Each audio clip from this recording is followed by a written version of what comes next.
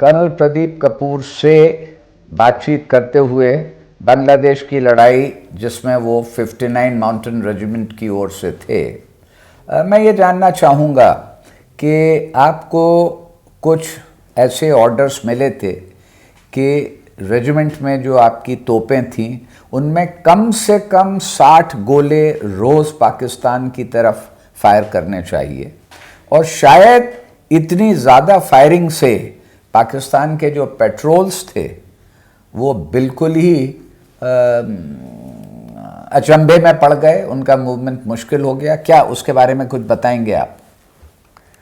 आमतौर पे एम्यूनिशन को कंट्रोल किया जाता है, रिस्ट्रिक्ट करते हैं, और ऑब्जर्वेशन यूनिट्स जो करती हैं एक्चुअल फायर, वो दिल खोल करके उस मौके के ऊपर एंगेजमेंट करती हैं। इस लड़ाई में रिवर्स था, हमारे पास एम्यूनिशन की कोई कमी नहीं थी, और भारत के कमांडर्स चाहते थे कि हम दुश्मन के ऊपर ऐसा दबाव डालें कि वो बिल्कुल भी अपने पोस्ट से हिल ना पाएं। तो आप ये कह रहे हैं कि गोला बारूद की कोई कमी नहीं थी और कमांडर्स का ये प्लान था कि पाकिस्तान के ऊपर इतना दबाव डालें कि वो थोड़ा डिफेंसिव में थोड़ा सहम के रहें। यस, और ये रोज़ चेक होता था कि कितने आपने पेट्रोल्स पे एंगेजमेंट्स की, कितने गोले फायर किए, आपने कितना उनको प्रेशर के अंदर डाला है। ये डेली चेक होता था कई तरीक़ों से, और हम लोग भी कोशिश ये करते थे कि इस इरादे को हम पूरा कर पाएँ। जब भी कोई पेट्रोल बाहर निकलती थी उसके ऊपर फायर होता था, वो अपने बचाव के लिए कहीं ना कहीं प्रोटेक्शन के लिए मूवमेंट करती थी, लेकिन जो नॉर्मल फौजी तरीका है वो फॉलो नहीं हो पा रहा था, क्योंकि हमारा दबाव काफ़ी ज़्यादा था और हम उन्हें देख पा रहे थे।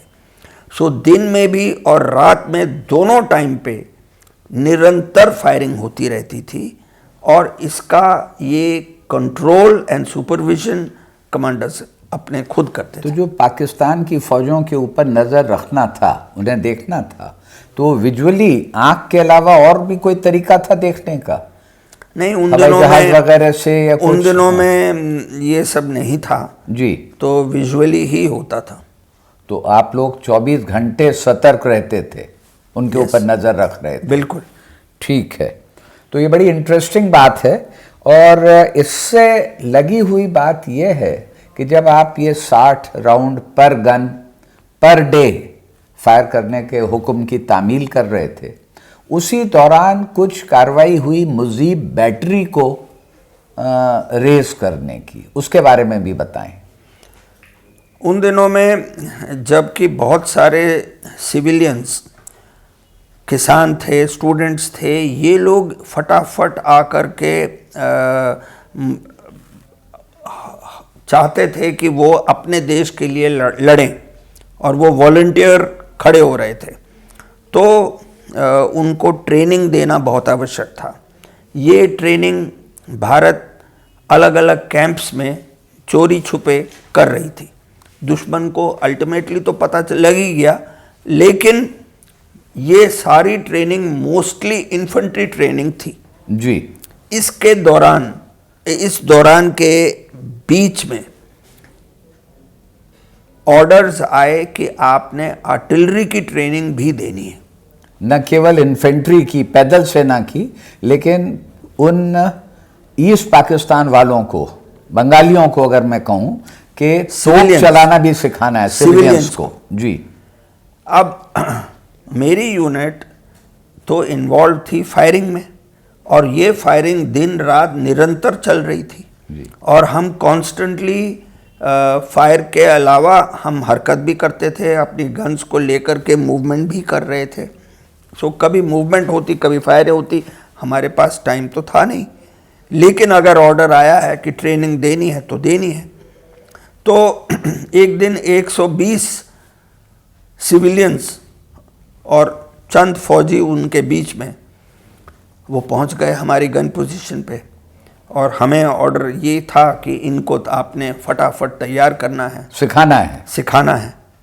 अब एक सिविलियन को गनर बनाने के लिए आज के दिन 1.5 साल लगता है। हमने यही काम 2 महीने में पूरा किया। वो उन सिविलियन को आपने तोपची बना दिया। कमाल जी। और तोपची बनाने के साथ साथ जो ट्रेनिंग उनको दी उसके अंदर कई चीज़ें शामिल थीं। अब फौज के अंदर तो कानून के मुताबिक जितने भी ऑफिसर्स हैं उनके ऑर्डर माने जाते हैं। यहाँ पर तो कोई कानून नहीं था, क्योंकि ये लोग तो आर्मी एक्ट के अंदर आते नहीं हैं। बट सिविलियन होने के नाते इनको हम केवल इंस्ट्रक्शन नहीं दे रहे थे, हम इनके ऊपर वही फौजी प्रेशर डालते थे सिखाने के लिए जो एक फौजी को हम वैसे भी करते हैं, और इनकी तरफ से फुल कोऑपरेशन रहता था। हमारे लिए केवल एक टास्क था, उनके लिए अपने देश के बनाने की कोशिश थी।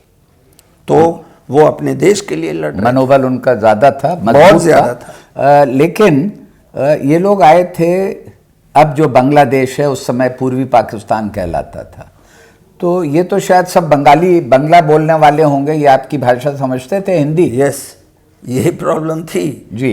वो बंगाली में बात करते थे, हम हिंदी में बात करते थे, लेकिन कोई मुश्किल नहीं होती थी, एक दूसरे समझ लेते थे आपका इरादा क्या है। Yes. आप क्या कहना चाह रहे हैं? इसके अलावा हमारे पास कोई पैम्फलेट्स, ट्रेनिंग पैम्फलेट्स नहीं थी, कोई ब्लैक बोर्ड नहीं था, कोई हमारे पास गन पार्क सिखाने के लिए मौका नहीं था, क्लासरूम का माहौल नहीं था। इन सब चीज़ों के बावजूद हम लाइव फायरिंग भी कर रहे थे और साथ साथ ट्रेनिंग भी दे रहे थे।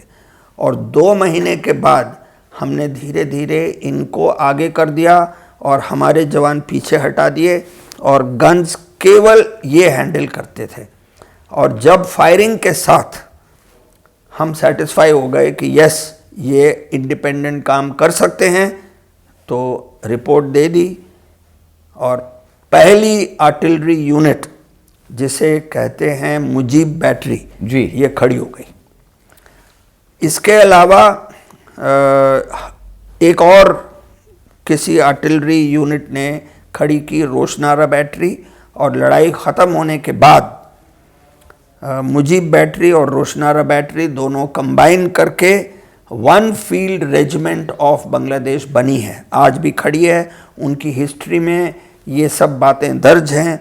उनकी फॉर्मल हिस्ट्री के अंदर हमने जा कर के देखे हैं, उन्होंने जो बातें लिखी हैं, जो हमारे नाम वहाँ दर्ज किए गए हैं, वो सब कामयाब हैं, और मुजीब बैटरी बन गई है एक हिस्टोरिकल फैक्ट। मैं ये फिर दोबारा आपसे पूछना चाहूँगा, बड़ी दिलचस्प बात है कि जब इन बंगालियों की ट्रेनिंग जो मुक्ति बाहिनी के थे पूरी हो गई थी, तो आपकी जो गन्स थीं, आपकी तोपों से ये लोग पूर्वी पाकिस्तान में फायर कर रहे थे पाकिस्तान फौज के। यस, तब तक तो हमारे साथ हम लोग साथ साथ थे, हम देखते थे ये लोग फायरिंग करते थे, लेकिन ये माहौल चला सितंबर तक जी। तब हमें नई गन्स मिली, और जो पुरानी गन्स थी वो मुझे बैटरी को सौंप दी गई, और इन गन्स को लेकर के इन्होंने 71 के दिसंबर की लड़ाई के हिस्से में शामिल हुए और लड़े हैं जी, और प्रूफ हुआ कि इंडिपेंडेंटली ये लोग फायर कर पाए हैं। और वो गन्स फिर उनको एक तरह से प्रेजेंट कर दी गई, उनको दी गई, लेकिन इसके बाद उन्होंने 3 महीने, लड़ाई ख़त्म होने के 3 महीने बाद उन्होंने यही गन्स वापस भारत को दे दी जी। और जब हम लोग 2010 में बांग्लादेश गए थे जी, तो हमने देखा कि उनके म्यूजियम में हमारी ये तोप है ही नहीं। तो हमने पूछा जी। कि क्या कारण है। हाँ। उन्होंने कहा हमारे पास कोई गन्स नहीं रही। हाँ। तो भारत ने अपनी तरफ से 59 के वेटरन ऑफिसर्स के कहने पर जी 2 तोप उनको गिफ्ट के रूप में दी गई जी। ताकि उनके म्यूजियम में ये रखी जा सके, और आज वो वही है। बहुत अच्छी बात है, और देश के बनने में, एक नए मुल्क के खड़े होने में भारत का ये जो योगदान रहा, ये काबिल तारीफ़ है। शुक्रिया। यहाँ पर ये वीडियो ख़त्म होता है, लेकिन हमारी बातचीत जारी रहेगी बांग्लादेश की उस लड़ाई के बारे में। शुक्रिया।